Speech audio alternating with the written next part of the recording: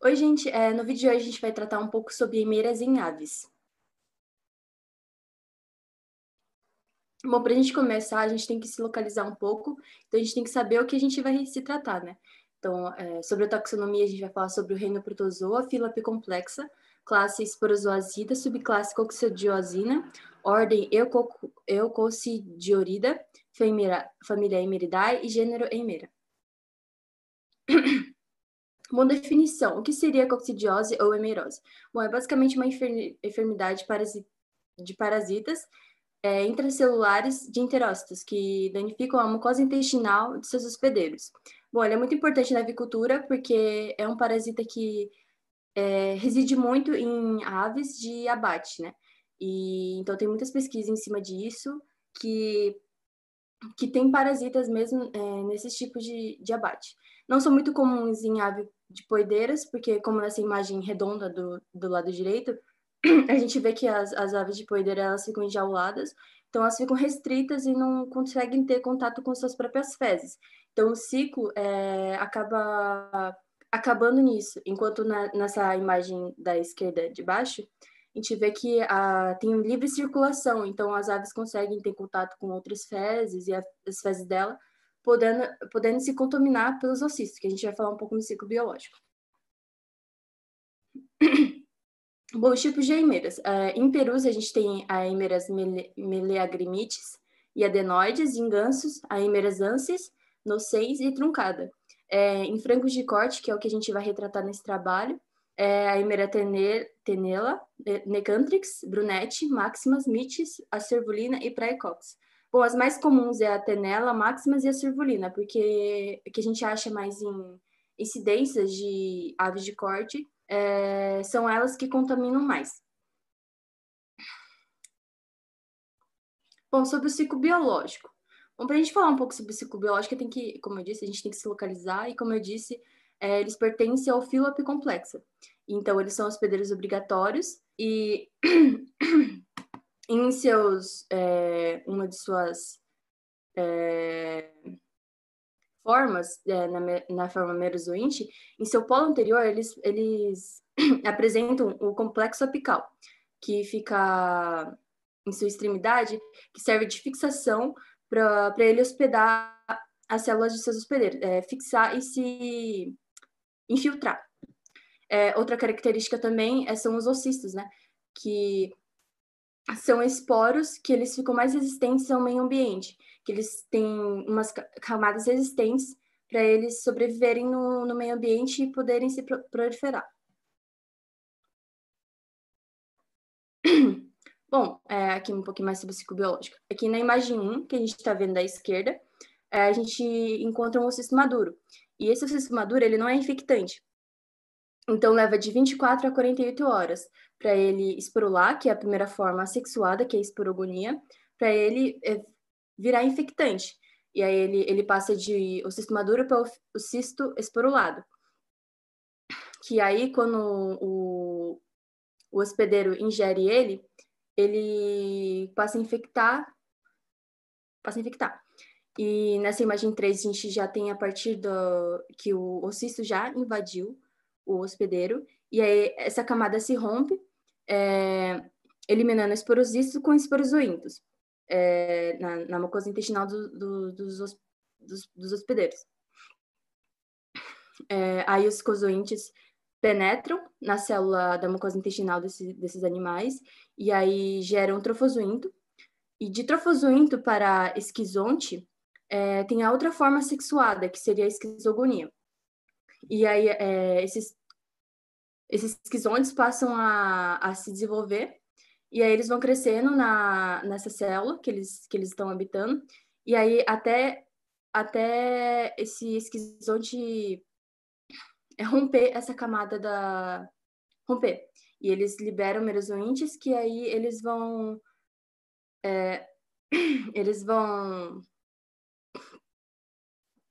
habitando outras células da mucosa intestinal.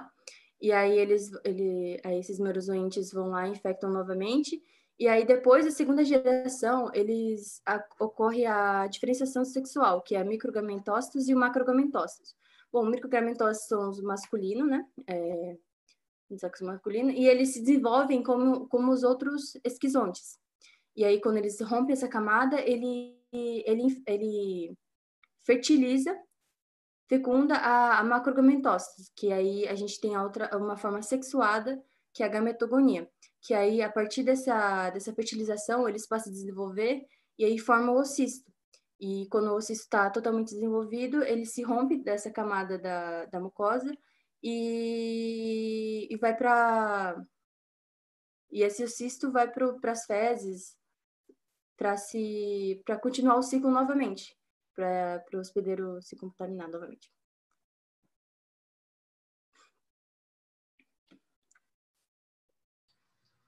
E agora eu vou falar um pouco sobre o diagnóstico das eimeras, né? Onde a gente vai usar a biologia molecular e técnicas de parasitologia. A gente vai englobar duas matérias para a gente fazer realmente o diagnóstico, né? Vou passar aqui. Vamos, como a Amanda disse, a gente precisa se localizar para a gente começar a falar um pouco mais sobre, né? As eimeras vão existir, como a gente viu anteriormente, vão existir grande quantidade de espécies, grande variabilidade, né? E, de modo geral, as características morfológicas delas são muito parecidas, a anatomia delas. A imagem que a gente vai conseguir no laboratório é muito parecida. E isso acaba sendo de difícil diagnóstico apenas por um microscópio, apenas ao olhar, né, a observar o parasita, diferente de outros que apresentam características diferentes. E sem contar que elas podem apresentar sinais clínicos inespecíficos, principalmente a diarreia, que seria o sinal clássico de eimeriose.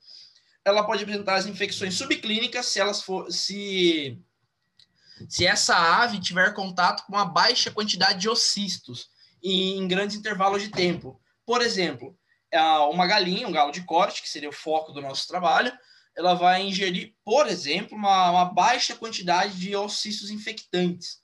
E isso, o organismo dela vai se adaptar aos poucos e não vai apresentar necessariamente sintomas, mas ela ainda pode ser infectante. E isso é muito ruim. Por quê? Porque ela vai contaminar os outros frangos e, em vez de já começar um tratamento específico para esse animal. Na verdade, para o lote inteiro, né? Para a granja.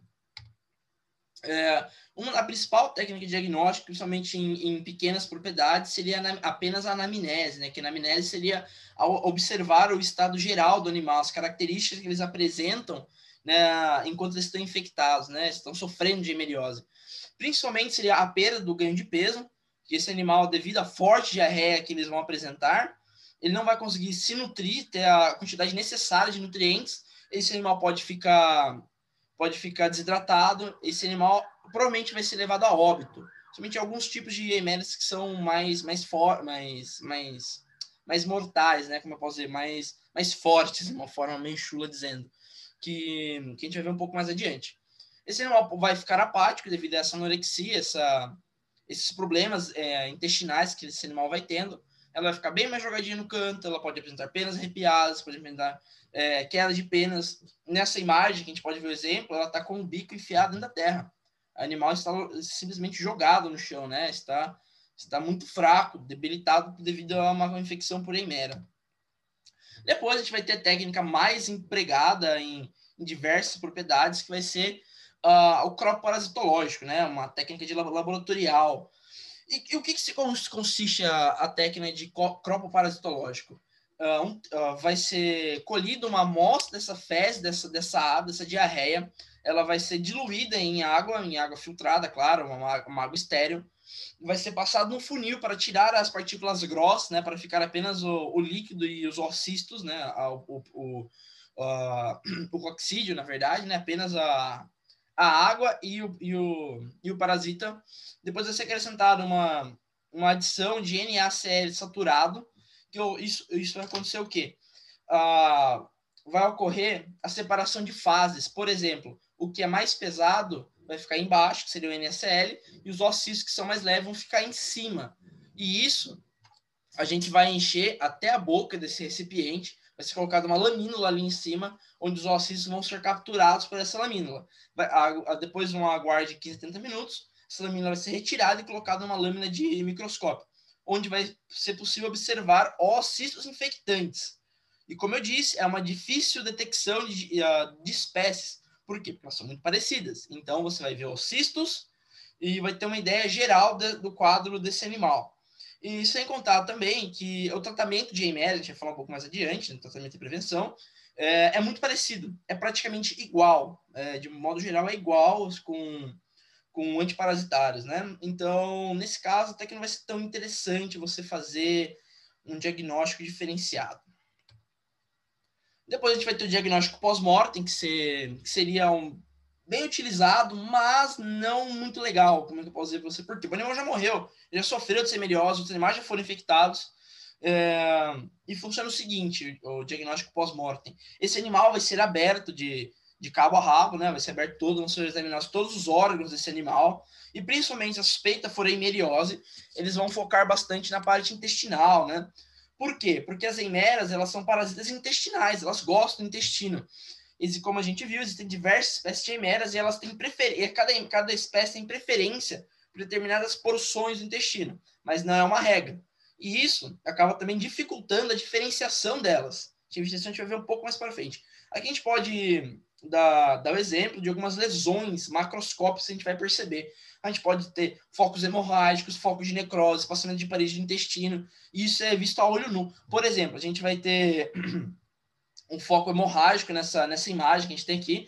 Esse frango eu peguei numa iniciação científica no Google Acadêmico. É bem interessante. Esse animal foi infectado com a Eimeria cervulina, e a Eimeria cervulina tem preferência pela região duodenal desta ave. Então a gente pode ver que provavelmente esse animal é certeza que está com a Eimeria cervulina, porque ele foi pego essa Eimeria separada e injetado no animal. Mas as eimerias podem parasitar diversas porções do intestino. Aqui a gente vai ter alguns exemplos de locais de preferência. A gente vai ter a arcevolina, como a gente disse, duodeno e intestino delgado anterior. A gente vai ter a Eimeria mites, deixa eu só tirar isso aqui rapidinho. A gente vai ter a Eimeria mites, metade anterior do intestino delgado. A gente vai ter a Eimeria precox, infecta a parte superior do intestino, Nicatrix e tenella,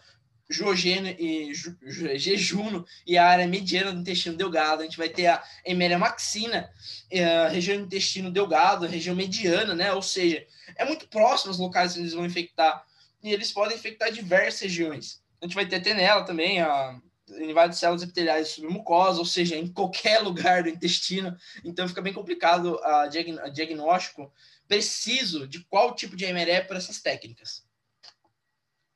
Mas, como nós, estudantes de veterinária e biologia molecular, a gente sabe que existe o PCR, reação em cadeia da polimerase, né? Que é muito interessante para ser usado para fazer um diagnóstico diferencial, para saber exatamente qual Eimeria ele vai ter. Por quê? A gente vai fazer um sequenciamento genético específico para determinados tipos de Eimeria. A gente vai ter uma alta sensibilidade, uma alta confiabilidade de dizer que esse animal está com determinado tipo de Eimeria. E as amostras para ser feito PCR serão amostras de fezes também, né? Vai ocorrer a diferenciação molecular, claro, né? Que seria também um dos temas do nosso trabalho. E fica um pouco complicado dizer para você exatamente qual seria a diferença, porque são um par de base que muda, um pouquinho de uma sequência que vai mudar. Então, eu, procurando muito na internet, consegui achar um site americano, que em livros é muito complicado achar, quase impossível. Estudando muito, aprofundando nesse assunto, eu consegui achar alguns primers pré-prontos já para determinados tipos de Eimeria. A gente pode ter aqui Eimeria maxina, cervulina, brunete, mites, precox, tenella, Nicatrix, aquelas que eu falei. A gente pode ver que será usado provavelmente um PCR multiplex, porque tem diferentes tamanhos de pares de base. Isso é muito interessante. Isso é legal também, porque esses primers podem ser usados comercialmente. Você pode encomendar no laboratório esse PCR. Eu te falo, nossa, o PCR parece tão legal, eu consigo diferenciar exatamente qual tipo de Eimeria é, mas por que ele não é muito utilizado? E realmente o PCR não é muito utilizado. Conversando com um laboratório de medicina veterinária aqui em Sorocaba, o Safari Diagnóstico, creio que muitos conheçam, falando sobre esse tema, uma das funcionárias me disse, olha, é muito, muito raro a gente fazer exames de PCR para Eimerias. A gente costuma mais fazer o croparasitológico, que é muito mais barato, muito mais simples, e como eu disse, a gente não necessariamente tem que saber qual tipo de Eimeria infecta esse animal, porque o tratamento é muito parecido, é praticamente igual, então ele acaba sendo pouco utilizado. E isso vai acarretar no quê? Um alto custo para a realização devido à baixa demanda. E poucos laboratórios vão ter interesse de realizar esse exame. Lá no Safari Diagnóstico, eles realizam esse exame para a hemeriose, mas tem que ser encomendado, é um valor bem mais alto. Não vou falar de valores com vocês, porque acho que não vem muito ao caso, mas tenham em mente que é muito mais alto que um PCR multiplex normal para, por exemplo, para babese ali que é na plasma. E aí, como vem ao caso dizer, existem diferentes técnicas de PCR. Você pode usar um PCR normal, se você tem já uma ideia de qual hemera esse animal tem. Você pode usar um exame de restrição, você pode usar um multiplex, que é muito comum e vai ser o que vai ser o mais utilizado. E agora eu passo a palavra para a minha companheira de grupo. Bom, vou falar um pouco sobre a mortalidade. As hemérias, que acometem os frangos de corte, né, elas possuem os seus níveis de mortalidade. E a heméria acervulina, ela não causa mortalidade, exceto quando possui contaminações por milhões de ócitos. A heméria maxima, ela tem uma alta mortalidade, sua mortalidade é de 50%. A heméria tenella, ela tem uma alta patogenicidade e mortalidade. A Heméria necatrix, ela é considerada a espécie mais patogênica e pode causar uma alta mortalidade também. Já a Heméria mitis, ela é considerada não patogênica, porém ela tem causado mortalidade em pintinhos. A Heméria preacox, ela é considerada, ela não produz nenhuma mortalidade. Já a Brunete, nós não encontramos nenhum dado sobre ela, foi um pouco difícil de achar e não achamos.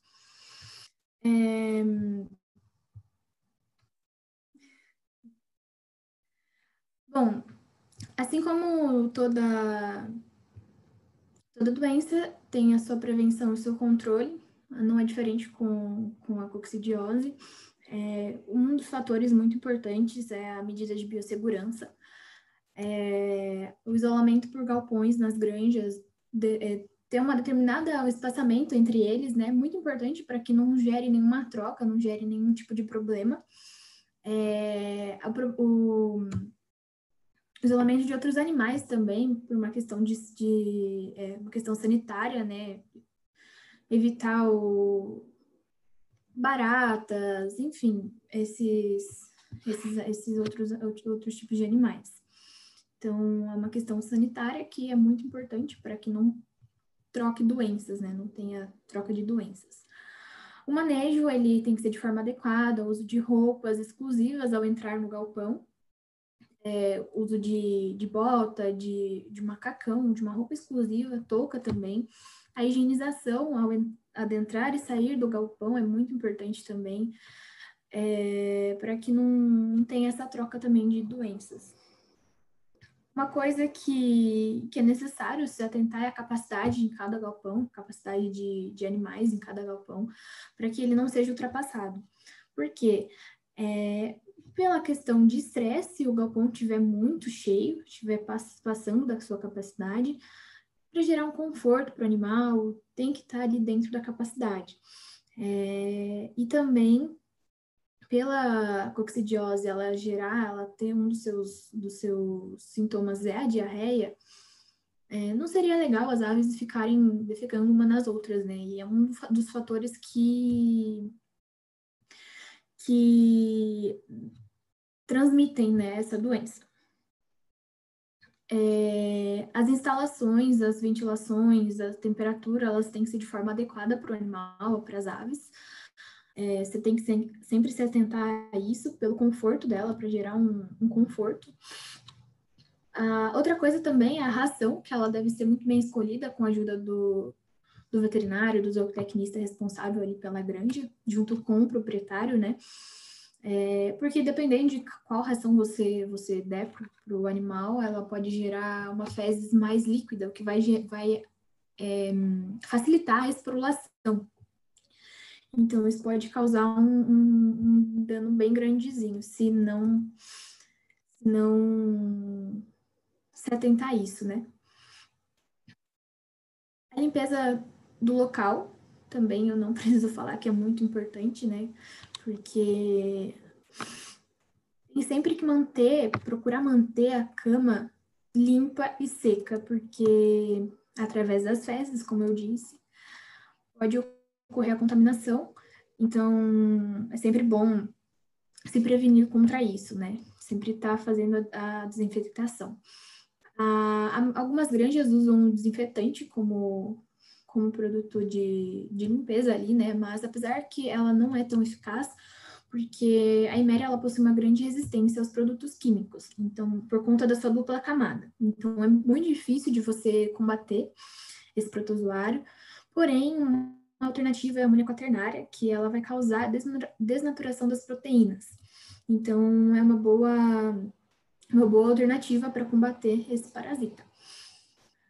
Além de toda essa prevenção e controle dentro da granja, que é muito importante, temos a utilização de anticoccidianos, que é um fármaco que vai inibir o crescimento do parasita, e ele possui várias formas de ser usado, eles podem ser colocados na ração, na água, tem até uma sulfa que é colocado na ração, porém, acredito que isso seja de escolha do proprietário, juntamente com o auxílio do veterinário, do zootecnista também, para que ele veja qual seja o melhor para os seus animais, qual que tenha mais eficácia.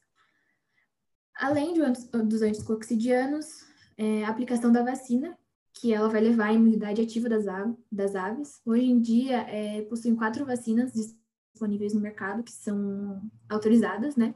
E dentro dessas 4, possuem 2 tipos de vacinas, atenuadas e não atenuadas. A atenuada é a que mais está sendo recomendada.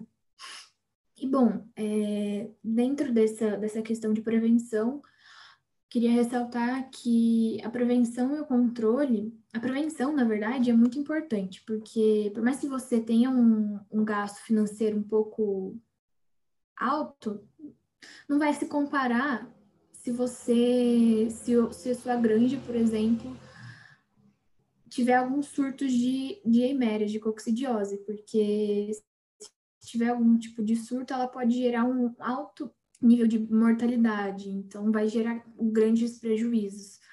Então, é uma coisa a se pensar que a prevenção nunca é demais. É isso, gente. Muito obrigada. Muito obrigado, agradeço a atenção de todos.